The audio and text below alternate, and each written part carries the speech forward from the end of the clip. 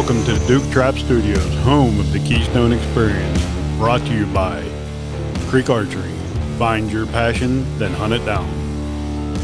Hillview Motors, Chrysler, Dodge, Jeep, and Ram. Remember, Hillview has it.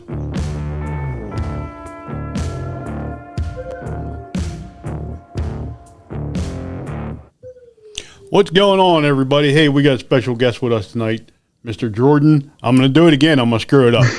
That's all right. Shume? Yep, Shume, okay. You got it. There we go. Jordon Shume. A lot of people messed it up. It's a weird last name. But me and Jordon have a mutual friend. That's how we got introduced to each other. Jordon had bought some turkey decoys off of me a couple of years back. And I guess you had some success with them this spring. Yeah, I shot a pretty good gobbler up on my house, so that was pretty cool. So thank you. And Jordon is friends with Jared, which I work with Jared, and I'm friends with him, and that's how we met each other. And they hunt together, and both on a lease in Ohio. Yeah, shoot some pretty nice bucks up there in Ohio, and me and Jordon have a thing for venomous snakes.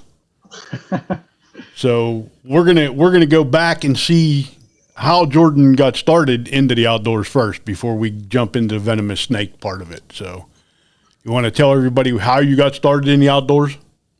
Yeah, so my mother was a single mother, and there was two guys that went to our church, Dave Lynch and John Wisniewski, and John would take me fishing, and Dave took me kind of fishing and hunting, but I'd go camping with those guys all the time.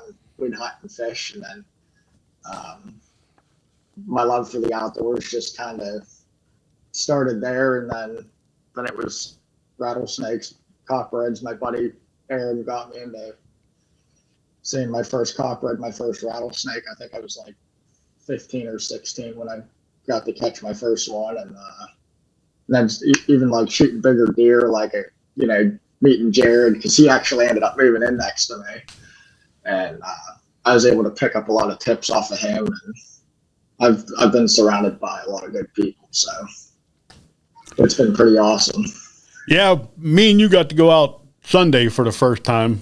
The first time I've been out in 15 years.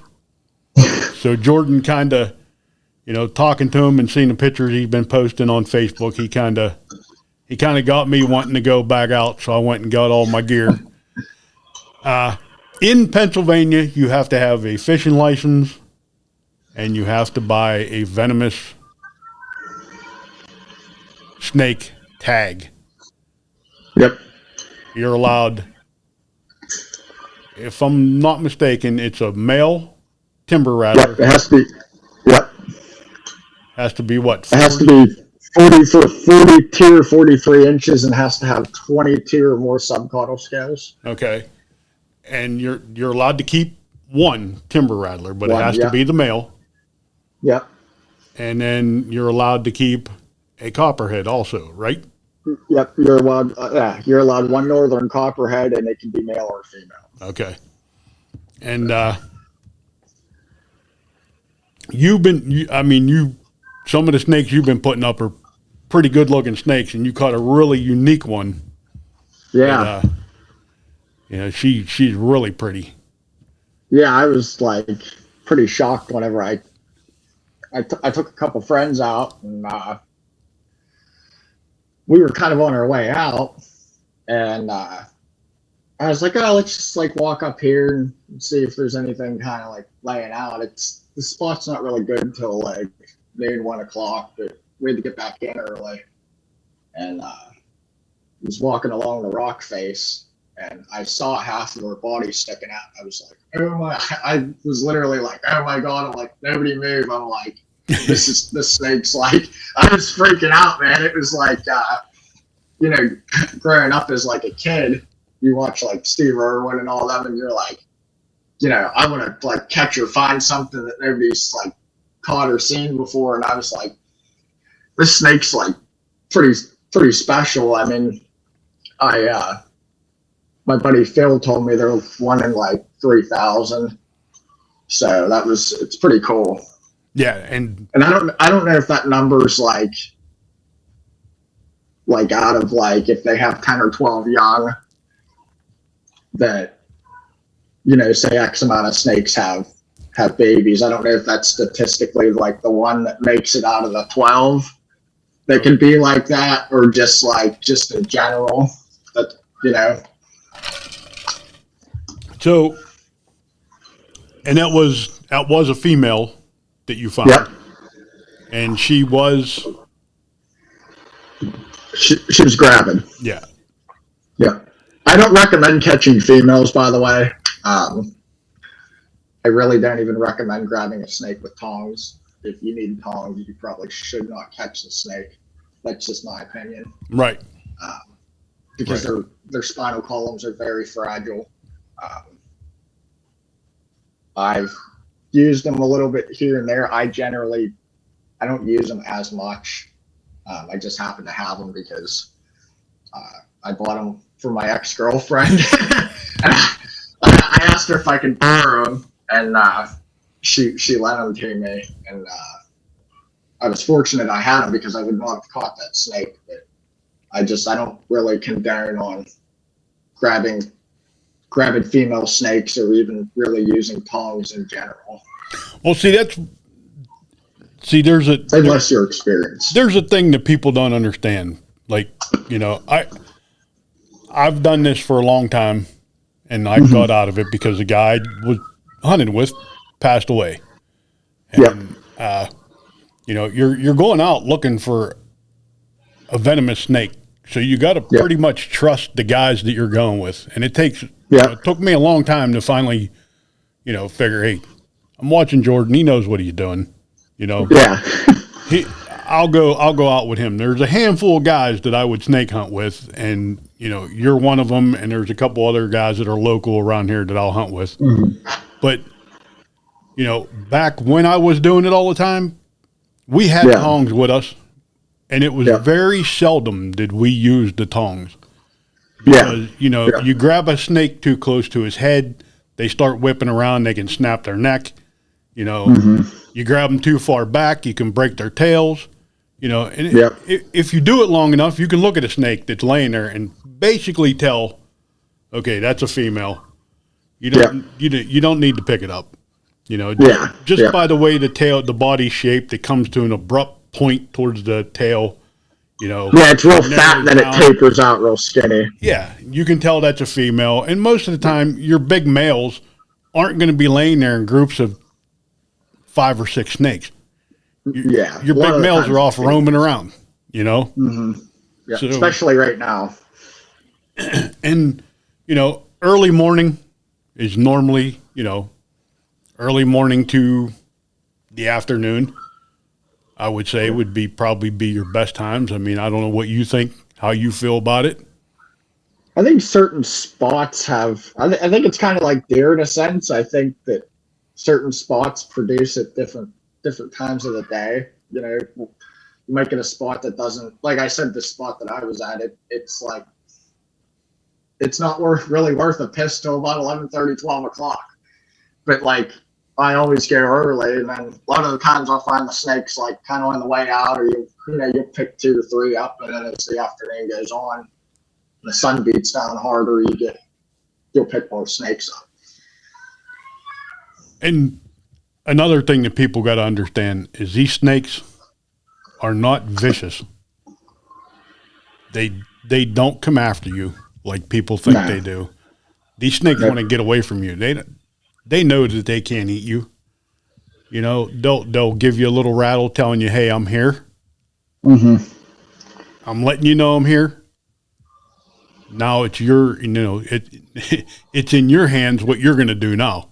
You know, if you keep tormenting them and pestering them, you know, you're going to mess around. You're going to get not bit, but struck at. And, you know, like I said, these snakes don't want to, they're not going to chase you down. Everybody thinks they're going to chase you down, or, you know, if you get between where a rattlesnake wants to go and where he is, of course he's going to look like he's striking at you because he's trying to get underneath a certain rock. Yeah. He lives there. He knows where he wants to go. Mm-hmm. So, people have to realize that when you're out, if you hear that rattle, take a look around, take a picture, leave him alone. Don't grab a stick and start messing with him. Just leave the snake alone. That's how a lot of people get bit too. Is just, they'll be out hiking and they see a snake and they want to look cool in front of their friends. Yeah. A lot of the times they don't even know what it is. They're like, oh, I'm gonna pick it up, and then they end up in the hospital, and it's not worth dying over. Or the people who drive down the roads and run them over on purpose. That really aggravates me. Yeah. Don't hurt them snakes. I mean, I don't know. I can't say it enough that, they're not mean. It took me a long time. I hated snakes. Yeah. And then my buddy that got me into it taught me a completely different aspect, a different view of them snakes. I got to see what they were like. Climb up on a rock first time in the first time of the year, and you got 15, 20 snakes that just came out of a den. They're trying to get warm. They're all buzzing and they're carrying on. Not a single one of them is worried about you being there. They already let you know that they're there, Oh, yeah. Now you start messing with them, you're going to torment them. Mm-hmm. And they're doing what natural instinct is, Yep. It's either to get away or bite, and 99% of the time, they just want to get away. So, they're more afraid of you than you are of them, Yep. Tell somebody that and they're like, I'm more afraid of running into an unhappy human out in the woods than I am running into a rattlesnake. Oh, yeah, me too, man.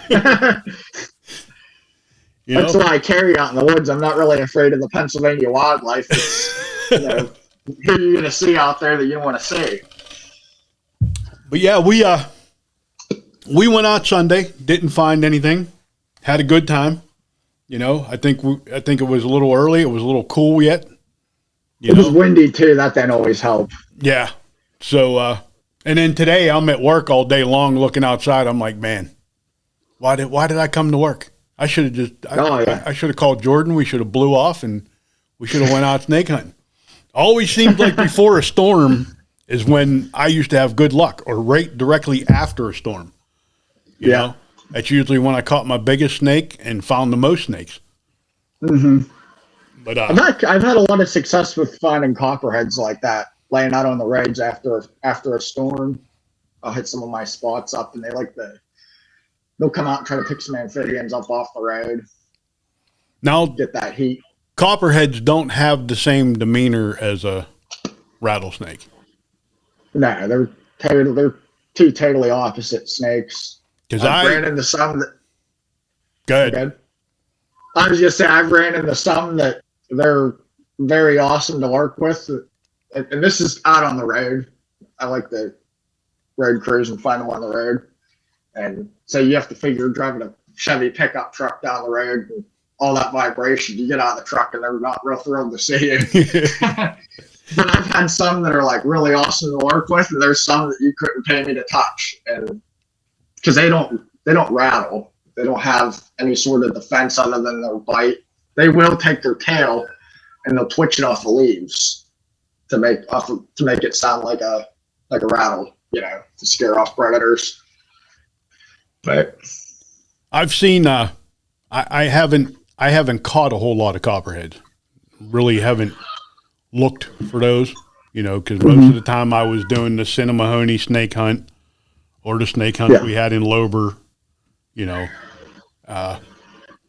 so I really never spent a whole lot of time looking for copperheads, so I'm not real keen on where to find them. And, I mean, you're going to find out through this podcast that snake hunters are just like mushroom hunters.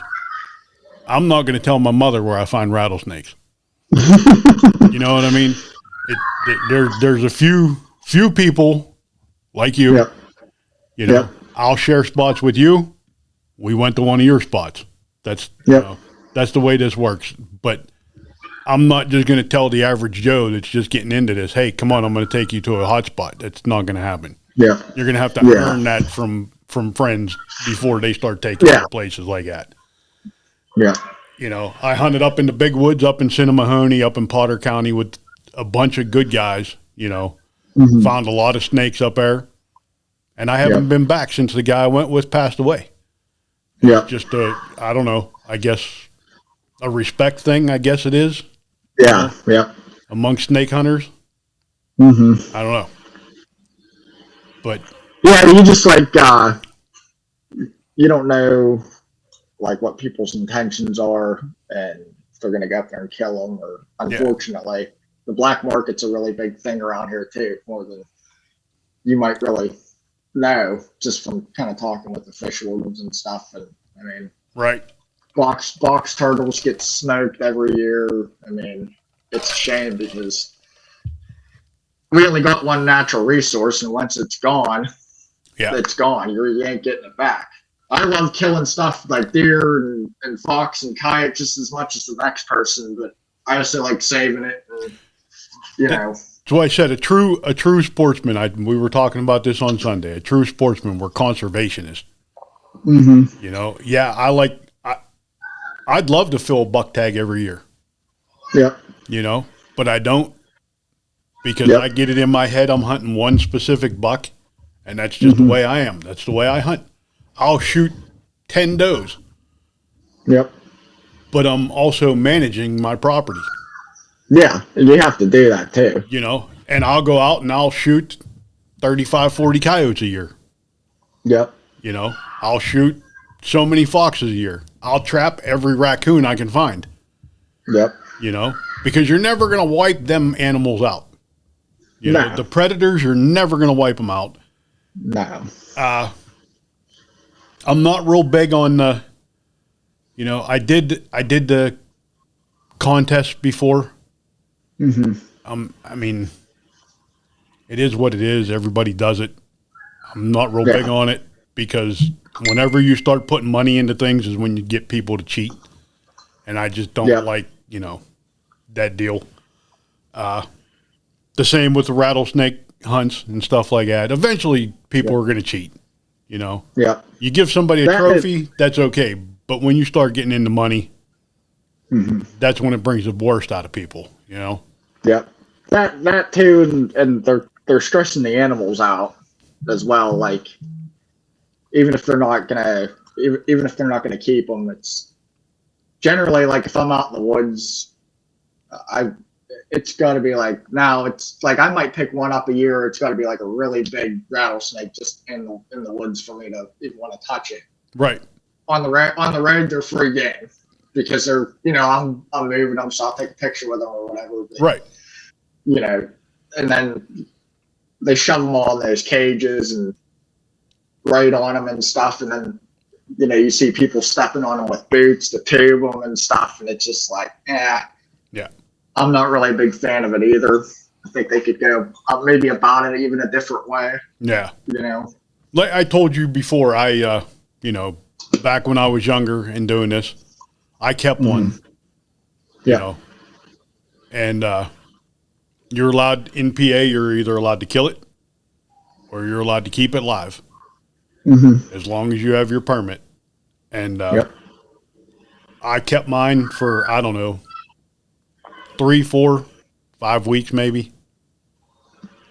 And sitting there one day looking at that thing in that fish tank thinking, you know, if I was stuck behind bars, I would be the most miserablest person ever in the world. Oh, yeah. That snake doesn't want to be in that aquarium with a little bit of dirt and some fake trees and shit. He wants to be out where he's, you know.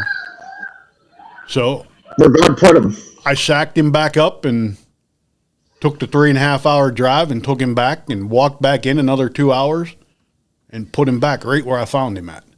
Yeah.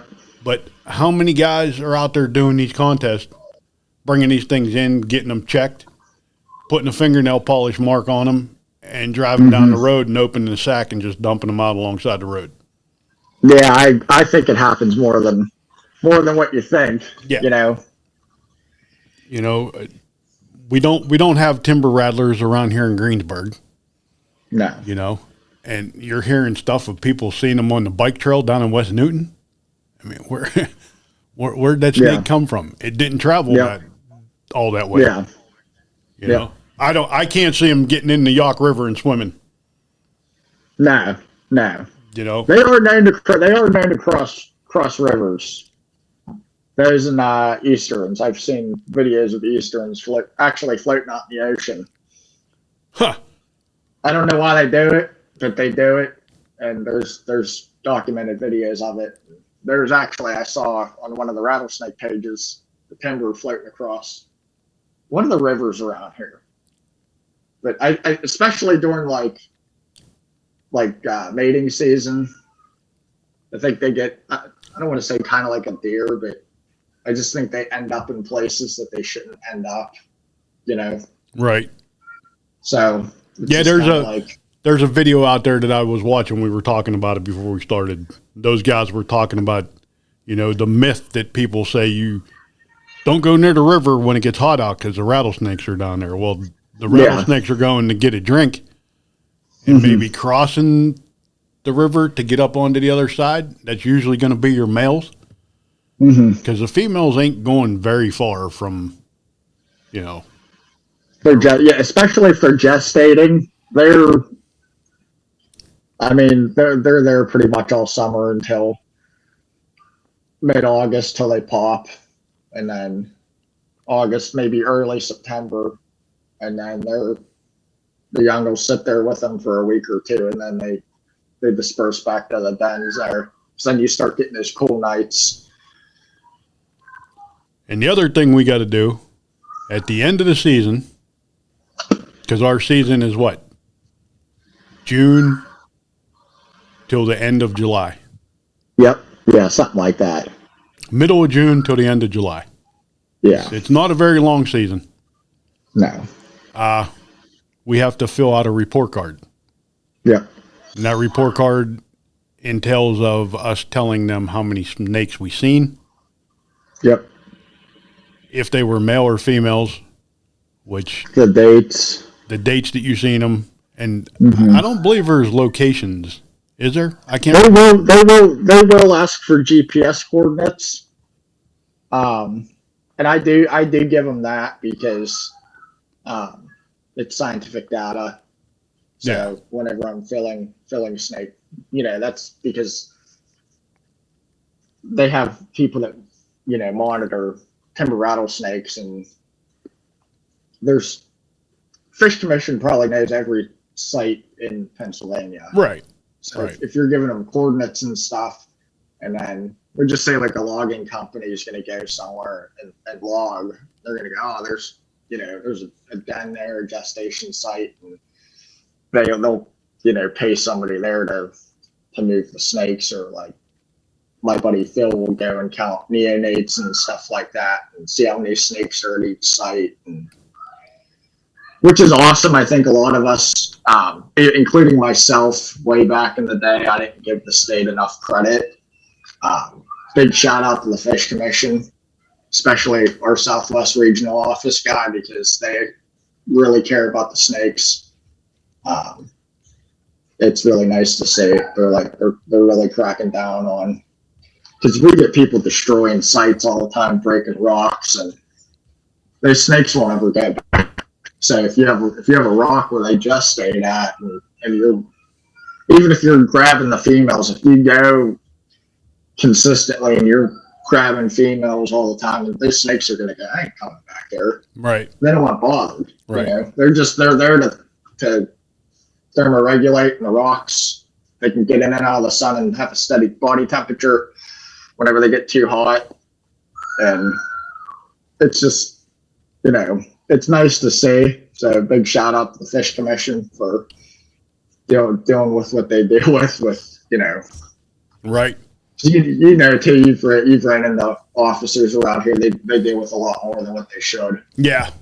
Yeah. So people don't really respect it, you know. Yep. So, and I say this all the time, you know, fish wardens and game wardens, they don't make the laws. They got to enforce them. It's our legislators that make the laws. So if you're going to be mad at somebody, be mad at the legislators. Don't be mad at the wardens. you know? Yep. Just like the police. The police don't make the laws. The police just got to enforce them, so you can't be mad at them, you know? You know, you can... It's just like paying for your registration and your license and stuff like that. All that goes towards fixing roadways and stuff. Right. But right. like, you know, when you're buying, you know, there's, and I was like this when I was a kid. I was like, I'm not keeping rattlesnakes, so I don't really want. I'm not buying a snake tag. But like that helps out in conservation, and there's way more than what you see that goes on to what they're doing. I mean, they're running trail cameras at these sites trying to catch poachers, and you know. Yeah, I had a little sticker shock this year when I went and bought my snake permit. Because the last time I bought it, it was $15. So that tells you how long ago it was when I bought it. But yeah, I mean, I went with you. All I took with me was a hook. Yep. You know, I don't have pinners. I don't, like I told you, you know, I did that whole grabbing them and everything else, and you know, playing the sacking game with the Western Diamondbacks and all that, and knock on wood, never got bit. Don't plan on getting bit. Don't want to get bit. Don't want to see anybody get bit. I've seen too many guys bit. Seen too many guys in the pit sacking get bit. It's not pretty, you know. No, there's two different poisons there. The timber rattler, I can't remember. What is it? It's a humo and I think a neurotoxin, so it's not a pure venom. Right. So one affects your muscles, and the other one affects your function. Be like your like, you know, what's going on in your head and stuff. Yeah. I'm not like that. Yeah. Like biological, you know, with like the venom and stuff. But there's a humo and a neurotoxin. It's not a pure venom, so you get two kind of side effects. You know, the ones like, you know, rotting where you got bit at, it'll start causing what's called necrosis, and then, you know, you'll get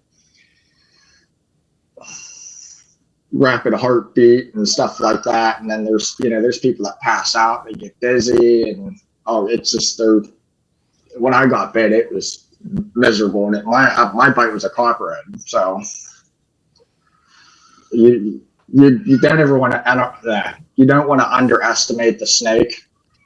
Even if you want to pick one up and get a picture, even if you're experienced, we've all been there. We're like, you know, it's not worth it, because when a snake's hot, it's hot, and there's no, you know what I mean? When it's out in the sun all day, it's just like, right. It's extra. It's hot. Now you walked up on it, it's pissed off because you're starting to muck around with it, and if you're grabbing it with tongs, they hate that. As soon as you grab them and constrict them, it's just like game over. They don't want anything to do with it. It takes a pretty good while to where they're like, okay, you're not going to kill me.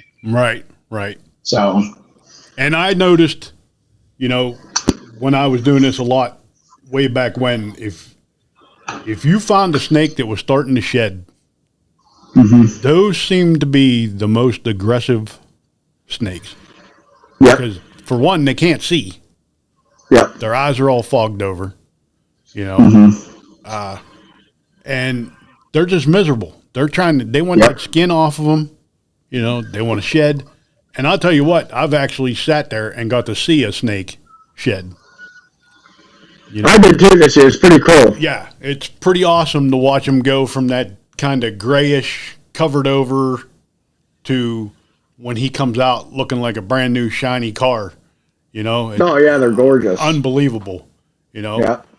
And we have two different types of rattlesnake, or not types, two different colors in Pennsylvania too. Yep.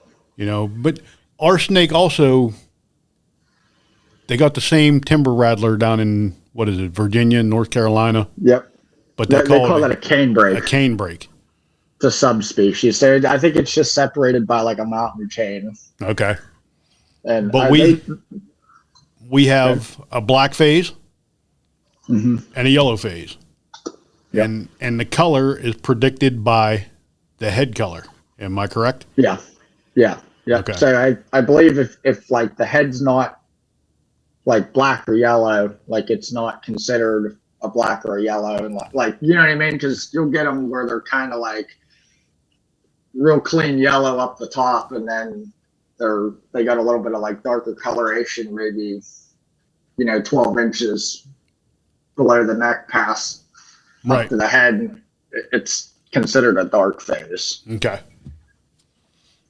And I think you get more blacks in higher elevation. I think because they catch heat quicker up when they're up higher in elevation. Although I've been finding a lot of yellows for some reason in higher elevation. I don't know why. I've been kind of lucky with that. I like a good yellow. Yeah. I like any rattlesnake, but you see a nice yellow laying out on the road or on a rock, and you're like, man, that's cool. Yep. Yep. Yeah, I think my biggest snake that I caught was a yellow phase male, and he was just shy of 50 inches. Oh, wow. It's a good snake. Yeah. And it's definitely over 10 years old, I'd say. And everybody kept saying to me, oh, man, you're going to keep him. You're going to keep him. I said, absolutely not. I'm going to take my picture with him and let him go. Mm-hmm. What do I want to keep him for? Let him breathe. A long time. Let him breathe. Takes a snake a long time to get that big. Yeah. And they'll live, 30 plus years if everything's going right for them. Yep.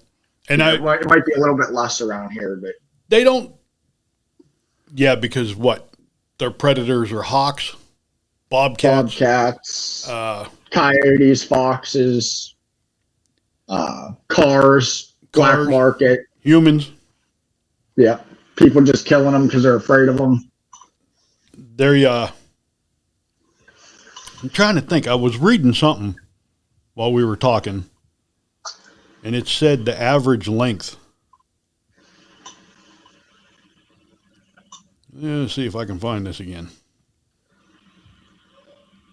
For a male? No, it was just saying just giving you a basic. It just says the timber rattlesnake in Pennsylvania, a variety of colors, is a large, stout-bodied snake reaching lengths up to 5 foot. I mean, 5 foot, that's a pretty damn big rattlesnake. Oh, yeah. Like I said, that one I caught and the guy I was with had been hunting snakes for over 40 years. And when I caught that one, he said that's the biggest one he ever seen. So, yeah. I mean, our average snakes that we caught were between 39 and, 45. Yeah. And probably a lot more smaller than that, know? And like I said, we would pick up the ones that we knew were big.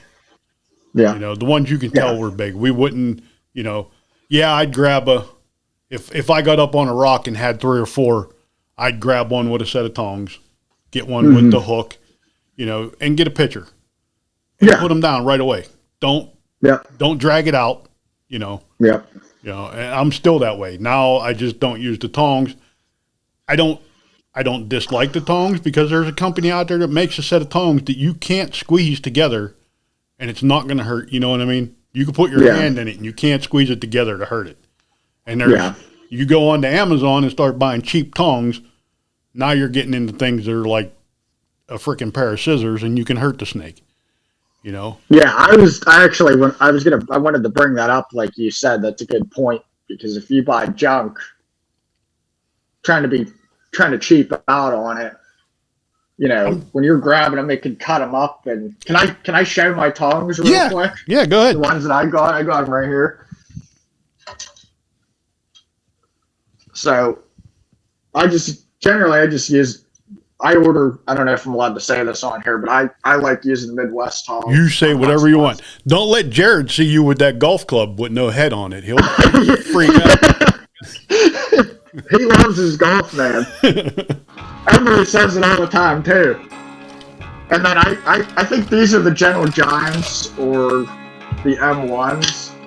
That's the ones I'm talking about. You can't, when you squeeze them, they don't squeeze all the way down. So yeah, you still want to be careful because they're right, fragile. Like I said, my girlfriend at the time she liked going out and catching snakes on the road with me. So I was supervising her how to right, do it. So, but I do, if you're going to like go out and like, oh, I want to see a venomous snake or catch one, I would suggest trying to go with somebody that knows what they're doing. yeah, You don't want to just go out in the woods and play with venomous snake because you could not only harm the snake, but you could harm yourself. yeah. And you don't want to take a hit. There's Now, only 2 hospitals. show the jaws on those so that everybody can see. And it's kind of got a rubber plastic coating on it. Yep. And squeeze them down because you can't squeeze them all the way together. Yeah, and you don't want to like, but yeah, it just kind of like this groove here kind of helps just, right. you know what I mean? Yep. If you get a snake, it only goes so far, And you know. A lot of these snakes are heavy.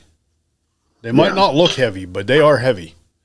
Yep. So picking them up with that, and if you pick them up, like we said earlier, too close to the head, too close to the tail, they start whipping around, Yep. snapping vertebrae. They could actually, those are rubber coated. They can't cut themselves, but there's, like I said, there's some cheap ones. Now you're looking at $80 to $100 for a good set of tongs. Yep. And you're looking for, you can buy a snake hook off of that Midwest, or you can use golf clubs like Jared does. you can go to work and cut a golf club head off and leave it laying there on a table, and Jared wants to know why you're cutting golf clubs apart. You don't want to do that either. I'm like really nitpicking here, but like if you're like welding stuff, you're gonna get like shards of metal too, and you know. If you're like what you guys do, I know you and Jared know what you're doing. If you wanted to make something, like you could easily make something, but just like the average person, right? You don't, because like that's where you're kind of holding them at. Yep. And it'll cut them up and they'll get metal stuck in them and stuff. Yeah, I know. A couple of the older guys that we used to hunt with, a guy used to make his own competition pinners for doing this, and then he would make hunting hooks. I don't know. Everybody calls them a pinner. I don't know, but I still call them a hook. That's because they'll take the face of the hook or even like this. Yeah. And they'll pin them. Yeah. You don't want to do that either. No. It's very I think everybody that like has, and we're just telling you this because we've done it before. Yeah. And we've had people correct us. Yeah. You don't want to pin snakes. It just because you don't pick it up by the head doesn't mean that you're not catching it. Like, right. You don't want to, their spinal column and their jaw bones, if you grab them wrong, they might not be able to eat. Yeah. They could throw a fang and you could get stuck in the thumb. Yeah. And if you don't commit to it, like there's a good chance you're going to get bit. Yeah. Yeah. Cool. Yeah. And I've tried before to pick snakes up barehanded. Like I've watched guys do it and pick them up, the index finger on the top of the head and then the two fingers right here behind. Yeah. It's still the same deal. When you go to pick that snake up, he can whip around and turn himself loose in there and get you anywhere in here. Oh, yeah. Yep. Tubing snakes is probably your safest way. Yep. And for the snake and yourself. And even then, if you get a big snake and he only goes up in that tube so far, you know, he starts getting a little antsy and doesn't want to be in there, he can push himself out of that. You wouldn't believe how strong they are. They're like a giant muscle. Yep. You know, and we're not saying all this to make people scared to go out there. No. I don't want to see. I mean, hell, you give me a call. You know, we'll find some place to go, and you know, you want to go take pictures of snakes, we'll go take pictures of snakes. But I think it's something everybody should have the experience to see if they want to. Yeah. But back to where you said it's because I was like this when I was a kid. You know, somebody would show you something, and you know, then people see pictures of you holding stuff, and they're like, "Oh, I really want to see that." You're just trying to like, yeah, they're really cool, like, you know, like, but like, again, you do want to try to keep like your spots to yourself. There's only like, it takes a long time for me to just want to take somebody somewhere, because I just don't really, I don't trust people. Yep. People, I don't think people respect the land, and like Jared, I could take Jared out, and Jared would never say a peep to anybody. I mean, I've been in the woods where he shot some of his biggest deer before. Right. I won't even really talk about where people are like, "Oh yeah, where do you?" I'm like, ask him if you want to know. I ain't spilling the beans there. I don't want to be on a milk carton somewhere. Yep. You know. Yeah, we all have the same mentality, and I think that's why we all get along. You know, I mean, me and Jared are always showing each other buck pictures every day at work. You know, oh yeah, and now it's getting more and more because they're finally starting to get to the point where, okay, hey, look, what do you think, Jared? This one's gonna, 130s, maybe 140s, and we'll start, comparing bucks back and forth, and but yeah, this is a trust sport. This is not a sport where I'm going to go out with some meathead and trust him out there with me. And you also do some bow hunting. You're a bow hunter. I love bow hunting more than anything in the world. You got yourself a pretty nice buck last year. I did. And you put some time in, figured that buck out, Yep. Because I heard about it every day at work. I knew what Jordon was doing. I knew where, when you were going, and I heard the day you got it and everything like that. So, oh yeah, it was cool to, finally like get to see it through somebody else. You know what I mean? Yeah. Oh yeah. Jared just kind of filling you in what's going on and stuff. Right. Yeah. I do it every year, and I got a camera with me, so mine's always filmed. Yep. But it's nice to hear from other people, or see somebody else do it, Yeah.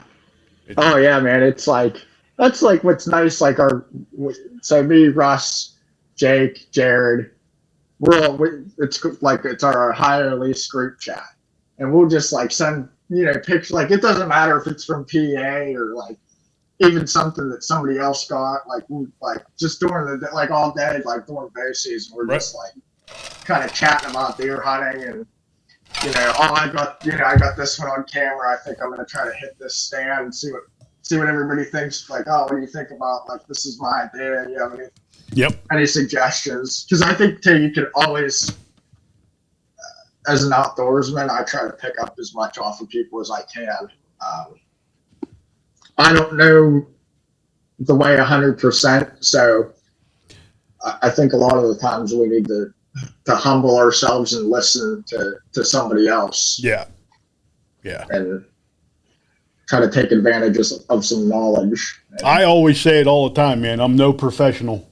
I've screwed up more than I've succeeded, but I've learned from those screw ups, and I've learned from the older guys, and I've learned from some of the younger guys. Yep. You want to find a more, how do I want to say this? A more eager bunch of people to help people learn. Mm-hmm. Yep. Go to a trapping rendezvous. Yeah. I know a girl that's real into that. Trappers are the, I don't know how to explain it, the most giving, I guess you want to call, Mm-hmm. or they'll share anything. I mean, I'm the same. I'm a trapper. If I got a young kid that comes up to me and says, "Hey, mister, I want to start trapping," I'm coming to the house. I'm getting him a half dozen of dog proofs. I'm giving them to him with a bag of marshmallows, and I'm going to go with him, and I'm going to show him how to set them. We're going to fill them full of marshmallows, and I'm going to go with him the next morning, and we're going to have a bunch of raccoons. And there's nothing more gratifying to me than saying, "Okay, I started this kid trapping." Yep. Oh, 100%.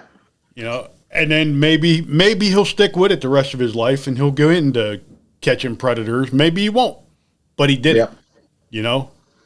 Yeah, it's about the experience. If they don't like it, it's not for everybody. Right. We talked about this the other day too. Every time you harvest something, there's kind of like you're so excited, but at the same time, especially when you walk out there, I don't want to get too graphic, or when you're tracking it, and there's you make a good shot, there's even a bad shot, there's blood and stuff, and you're like, oh man, like in a sense, you almost, at least if you're, I don't like using the word sportsman because I try to just be like, I'm hunting. You know what I mean? I don't like to really think of it as a sport. Right.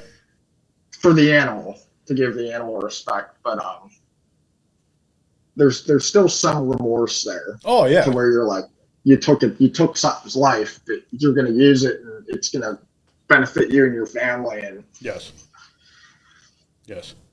Yeah, if you don't have that kind of passion or compassion, I mean,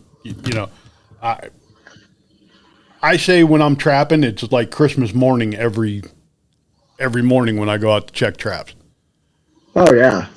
But it's also kind of a sad day when I go to check traps.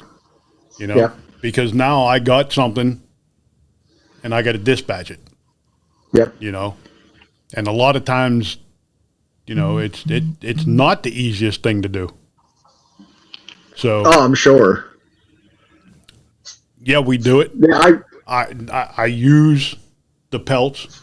I use the meat, to make other lures and baits for other animals that I'm trapping.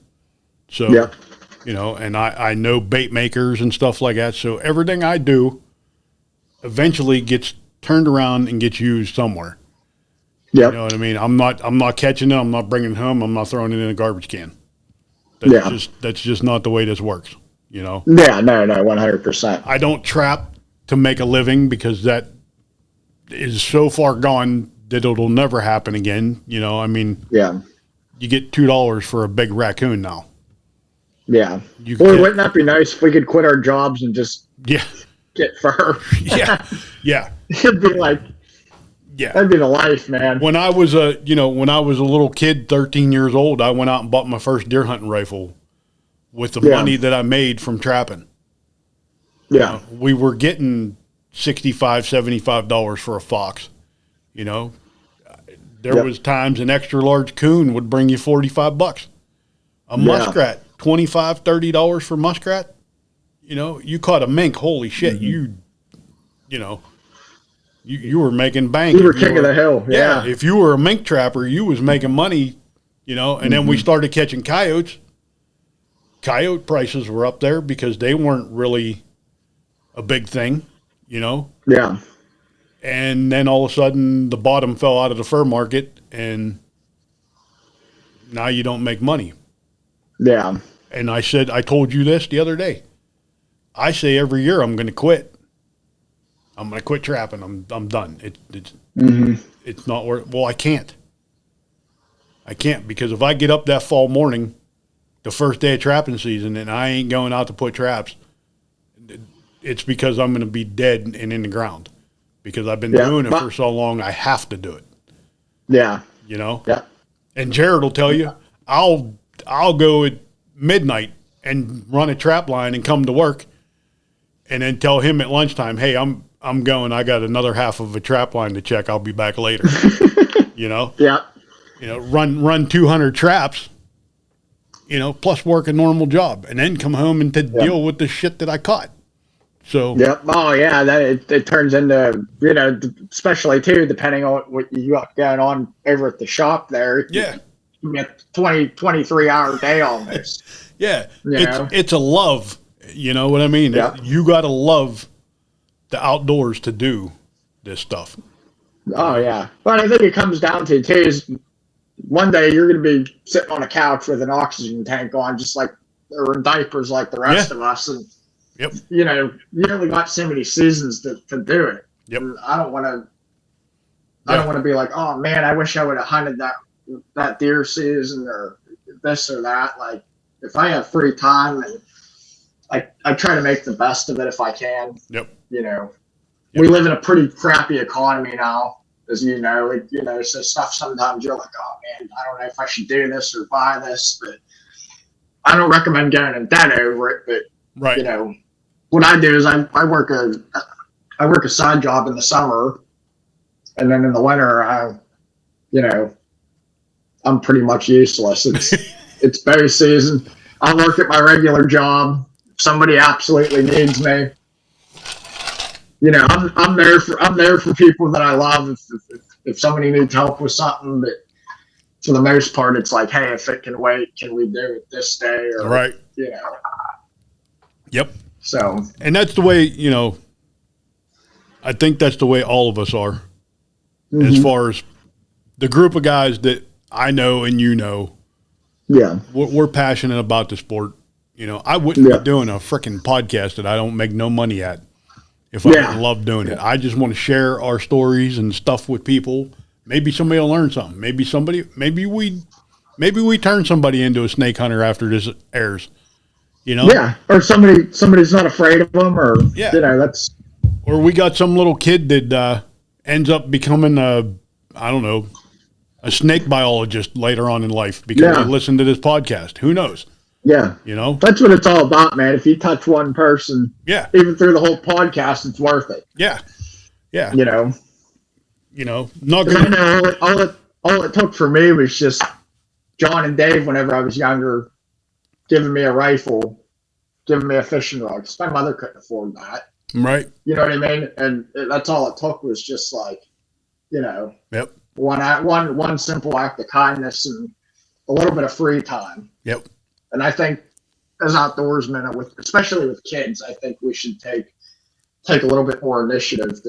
If there's a kid that wants to hunt, you know, it doesn't have to be every day or, you know, this or that, but like just make an effort to show a kid that you care. Yep.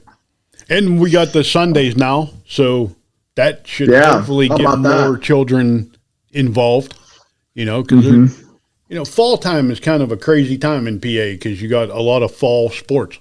Football. Yeah. Girls are playing fall softball. Boys are playing fall baseball, you know. So on Saturdays, they're playing games.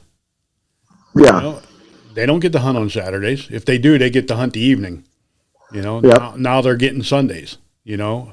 And the whole thing. It's awesome. We started the Saturday opener for gun season. And guys are pissing and moaning about that. You know, oh, take it back to Monday. No, you're getting kids involved by doing this. Yep. They said the license sales have gone up and everything. You know, I don't care what I want because my time in this sport has been. I've come up through. I didn't get the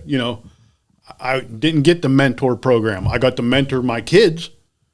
And that they got to start when they were 6 and 7 years old. You know, when I started, you had to be 12. You got 3 days of doe season. You got 2 weeks of buck season, and you got, I think it was 3 weeks archery season. Yeah, that was it. Yeah, and I think archery actually ended like in October, didn't it? Yeah. So you didn't even we're blessed. Like we get a, you know, we get a good solid frame during the rut to hunt, like right in the peak time. I mean, and now we get to add Sundays to it. Yeah, I mean, it's about time the PA caught up. You know, I agree. And everybody knows I'm not a big government man, but we had the right people in the legislation that pushed this and made it happen. And the right coalitions, you know what I mean? Yep. Like, oh yeah, sportsmen's organizations join these things because they're the ones fighting for us. Yeah. Big shout out to all those people too that made that happen, because that's it's awesome. Yep. I never thought I would have seen the day. Yep. I know the first time I hunted out in Ohio, I felt like I was doing something illegal. And I had 300 pounds of corn under me, because you're like, I'm going to try it. You have to. I don't care if I shoot a deer over a corn pile in Ohio. I'll tell anybody. I don't care. Yep. I do it legit around here, but I always say it. If it's legal to do where you're hunting, then do it. Yep. The first time I went to Ohio, I went with an outfitter. Mm-hmm. Sunday morning, I'm in a tree stand sitting there, and it gets daylight out, and 35 yards, there's a pile of corn. There's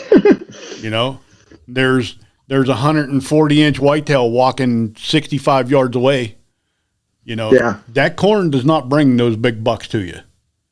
Those big bucks, I think it helps, are smart enough to know, hey, that corn wasn't over there 2 days ago. No. I'm not walking it's a lot hard. It's a lot harder than what everybody makes it out to be, too. Like, you don't just kill a 150-inch deer over a corn pile. I've never shot a 150-inch deer, but like the guys like Jared, both 150s. So that deer there, we called him Tank, the double drop time. He didn't get him over corn, right? And the other 150, he, didn't really get over corn either. I mean, they're not. It helps store in the rut a little bit. I think if you get a hot doe in there, yes, you're feeding them all summer, and there's that corn pile's there, and then those bucks know that the doe's there. Yep. I know.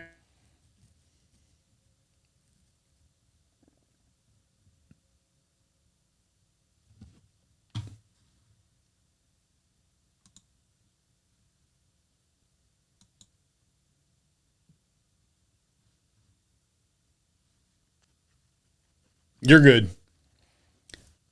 Whenever I didn't know what happened there. Whenever it freezes up like that, somehow, some way, Riverside will be like you just continuously kept talking.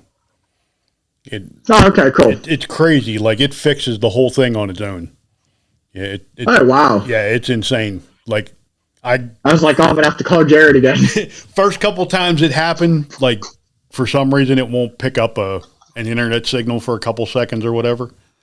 Mm-hmm. When we first started using this app, I was like, oh, shit, we're going to have to start all over again. And then you go back and watch it, and like, I'm sitting here right now, I'm watching a timer. So I know exactly when that happened. I can go back right to that spot once me and you are done and hit play, and it'll play right through. Like, nothing ever happened. Yeah, it's pretty crazy. That's insane. Yeah, that's cool. But, yeah, I mean, I think this was pretty good stuff that we talked about tonight, Oh, hell yeah. We didn't even touch on catching turtles, catching frogs. No. There's a variety of other amphibians and, other snakes, black snakes, gardener snakes. Yeah, black snakes, gardener snakes, water. They call it herping. Yeah. Or herpetology, the study of reptiles and amphibians. You want to get out there and play around with these things? I suggest starting with those. Mm-hmm. If you get bit by a black snake, you're probably going to get a little bit of an infection because they got a dirty ass mouth. Yeah, not even. I've never really got like an infection from. Right. Just wash your hands when you're good. When you're done. And most of your gardener snakes, their mouth ain't big enough to bite you anyhow, so don't worry about it. But get out there. I would suggest reading too. Like before you go out and do it, read what you be like. Oh, I want to find a garter snake. Yeah. And go on the computer and go on PA Herps and go figure out what a garter snake's habitat is. Find that, and then go find a ringneck or this or that. Yep. You'll start to realize things kind of coincide with each other, but don't just pick something up if you don't know what it is. Yeah, because I've found some pretty nice black snakes laying on the same rocks with some rattlesnakes. Oh, yeah. Yep. Or moving a piece of sheet metal and find, 4 or 5 garter snakes up underneath a piece of sheet metal, and not too far from him is a copperhead laying. So, yep. These snakes do exist with each other, so I would suggest being very careful. They'll also den too. I just want to point that out too. But sorry. That's all right. Copperheads and rattlesnakes, and this one I got to be careful with because it'll shut off. Hold on. Back on it.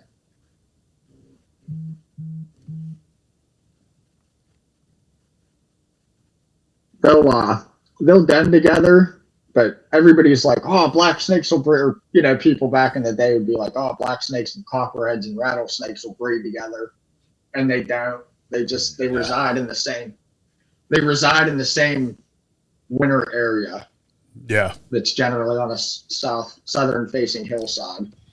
Yeah, that's the other thing too, is get out there and get yourself some maps.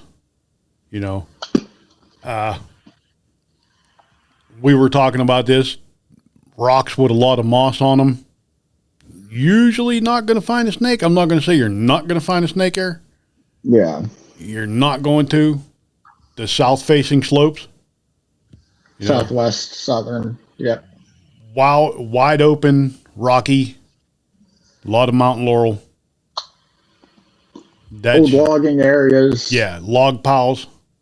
That's where you're going to find, and in the woods. You'll find rattlesnakes in the woods. It's where a lot of the males hang out at. You'll just, or even like the younger snakes that don't really have their, like they're not sexually mature, but they're just they're kind of there. Yeah. So you'll find them a lot of the times. If you find a snake like in the woods, you might find it like in what they call an ambush position. So you've deer hunted a lot, way more than I have. What do chipmunks do? Yep. They never touch the ground. They're running across little logs and stuff. Yep. And timber rattlesnakes and copperheads are notorious. Yeah, they'll hang out there and wait for them. And then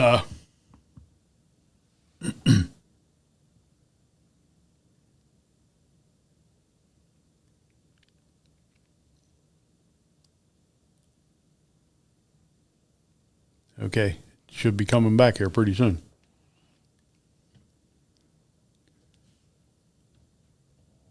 But yeah, they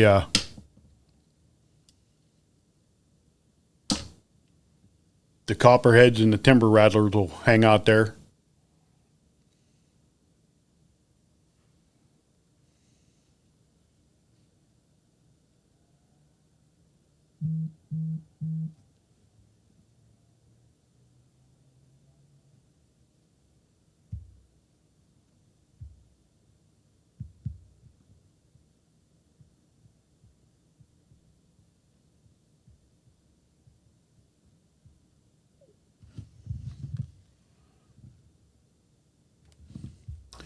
Well, he lost power, so we're going to call this an episode right now. And I appreciate everybody listening. I'm going to run down through the sponsors list, and we will get Jordon back on here again, and I will talk to you soon. Check out these fine sponsors: Apparition Scent, Chico Outdoors Incorporated, Back 40 Seed Company, Gearhead Archery, Forget Genetics, Trapline Beard Oil, Weeby Knives, Wreck Broadheads, Coon Creek Trappers, Redline Bow Hunting, Rack and Stick, Scout Tech, XL Construction and Renovations LLC, Warhead Arrow Company, Black River Shot Company, Coyote Cords, Rocco Family Farms, Steve Rocco Media, Bustin' Fur Audio. Watch us on Carbon TV. Listen to us every Wednesday on the Outdoor Call Radio. Follow along on Facebook, Instagram, and TikTok. Subscribe to the YouTube channel.